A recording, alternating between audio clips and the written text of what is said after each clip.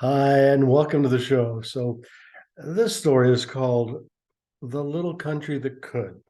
And it's about a country that wanted to climb up a hill and it wasn't sure it could make it all the way up, but then it thought, I think I can. I think I can. Oh, no, wait, that's about a train. No, no. We're reading a book. It's called You Can't Tell Me What to Do and Other Stories About Teenagers. To give credit where it's due, it's written by Diane Carlson, and Diane was part of the people who sold their rights to Xerox Education Publications. Because, when you have a lot of ink and a lot of paper, you got to find some way to sell it to somebody. And why not kids? Because they're going to grow up and think Xerox is the shiznats. I'm going to buy their stuff because they sponsor these really cool stories. So there once was a small country, and it was well beloved by all of its members. People came there from other places to visit and enjoy its history and its geography and its beautiful vacation spots. Its neighbors loved it too. There were no wars, there were no borders that anybody cared about. It was just a beautiful little country. One day, that country said to itself, what if I weren't by myself? What if I could join up with the country to the north of me, the country to the south of me, the country to the west of me, the country to the east of me.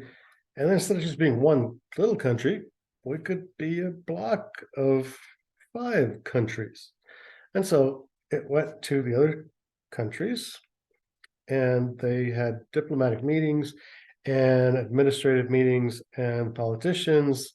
And then they had votes, kind of like we had on Tuesday, November the 8th, 2022. And as a result, um, the other countries agreed in concept. They were going to work out the details, but to get there, they first had to put the motions forward to their people. So they did, and the people of our favorite country, which we're going to call Good Country, they were all about it. They're like, yeah, hell, everybody's welcome. We can make this into a winning deal. It's a win-win-win-win-win. And people of the other 4 countries were thinking, how can we get as much of this deal as we can? Because they kind of saw themselves as really good negotiators, when in fact they were just piss poor countries who wanted to steal from somebody else. And so over time, these things became acts, and the acts became laws, and the laws took effect. And then there was a process, because apparently one country doesn't get to join up with another, even in peace agreement, without a process, which starts with articulation, where both sides say, here's how we think this is going to work. And then they have a timeline, and they have deadlines and milestones and various other things that I'm kind of skipping over some of the stuff. At any rate, eventually they did join together, and they were what we would call a block of nations. There were 5 of them. And it didn't quite work out as perfectly as they'd planned. Good Country was doing all right, because they always were doing all right. The other 4 kind of felt like, we're not getting our fair share of the deal, even though their fair share should have been nothing, but whatever. And so the 4 countries on the edges said, you know what if we took our little block and we talked to the people north of us, south of us, east of us, and west of us, and also we go with northeast and northwest and southwest and southeast, and we get a bigger block. And guys in the middle are like, yeah, the bigger the better. It's like a party. Why not invite more people? We'll have better company. We'll watch more movies. The popcorn will be flowing. Everything will be great. People in the middle were kind of like, well, we don't want to dilute our power here. So we need to make sure that when we set up this agreement, we'll have a lot of power. And the people on the edges were like, what makes you guys special? Oh, well, the way it works is they had some negotiations, they worked things out. And as all politicians do, after they were done working things out, they went out for happy hour.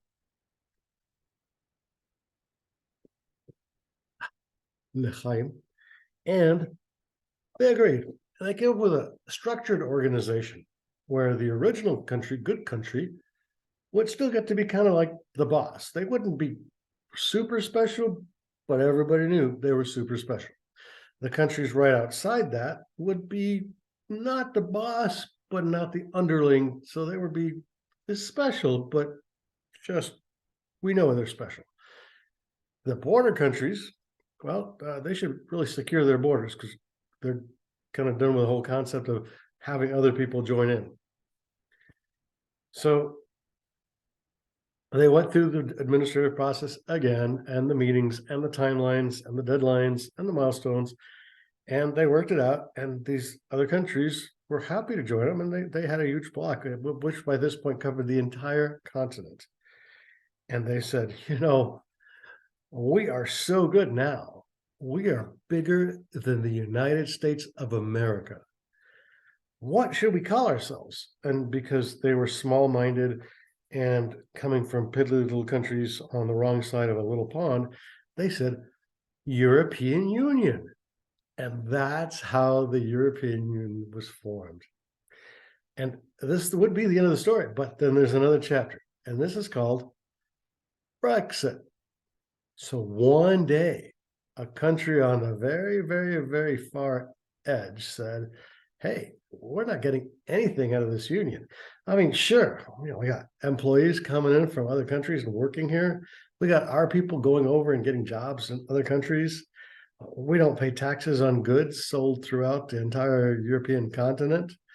Not a thing, by the way, because the UK is a bunch of islands and not a continent, but whatever.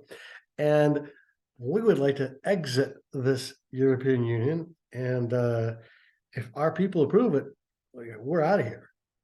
The rest of the European Union said, wait a second, you can't just leave. I mean, we're all in this together. And the Brits said something in British, which I don't speak that, and I don't have peanut butter on the roof of my mouth. But if I did, it would sound something like, oh, well, bloke, I'm leaving now. And I said, long, see you, mate.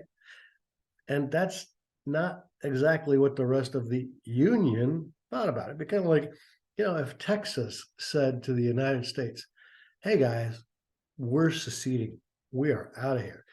I mean, we would be ecstatic, but that's us because we're special. We're the United States.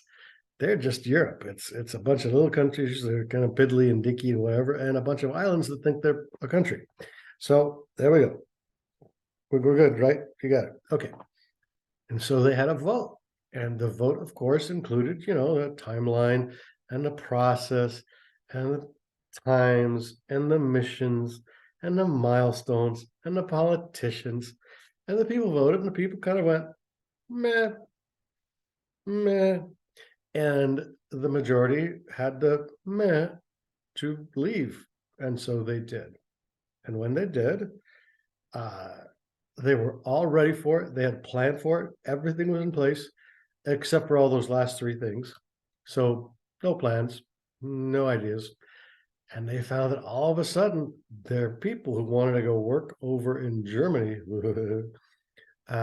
or Spain, or Italia, couldn't just go there to work because you have to have a visa and right of entry and the power to work. And then there's the issue of paying taxes for the wages that you earn, what we call here in the United States income taxes. I think over there they call it Nazi taxes. I don't know. And then on their way back, they had to go through customs and immigration and all this stuff.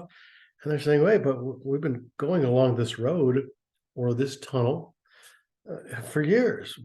Why do we have to do this now? And the answer is, well, because you voted to not be part of the European Union. So there you go. Long story short, a few years later, a few being two, the idiot in charge, Boris Johnson, was removed from office because that's kind of how it works. Most of the time when you're in charge of a coalition government and you lose your coalition or there's a vote of no confidence, then you lose your position. I could explain parliamentary systems to you right now, but none of us care. Because what's important is that we have a two-party system, and our two-party system is the best ever. We have these kind of crooks and these kind of crooks. And these guys don't like these guys taking their stuff, and vice versa. Europe, on the other hand, has a bunch of different countries, and they use the parliamentary system, which means they have multiple parties, and the parties kind of get together and they form coalitions, and people get in charge and people change. Uh, you might also see this in other countries like Israel, where the coalition changes, but the same guys end up on top every single year. How about that? Fortunately, they're all called Ehud, so there's a future in it for me. At any rate, uh, hold on, I've skipped a little bit. Here we go. Okay, and so eventually, Good Country said, I'm done with this. And they said they wanted out, but the countries around them said, no, no, no, no. By the nature of the agreement for our super secret top grade access circle, you have to stay in. And then the countries on the top of them said, by our agreement, you all have to stay in. And so the rest of them went, oh, guess we're kind of stuck with each other. And the moral of the story is it didn't work out. We'll lose my number.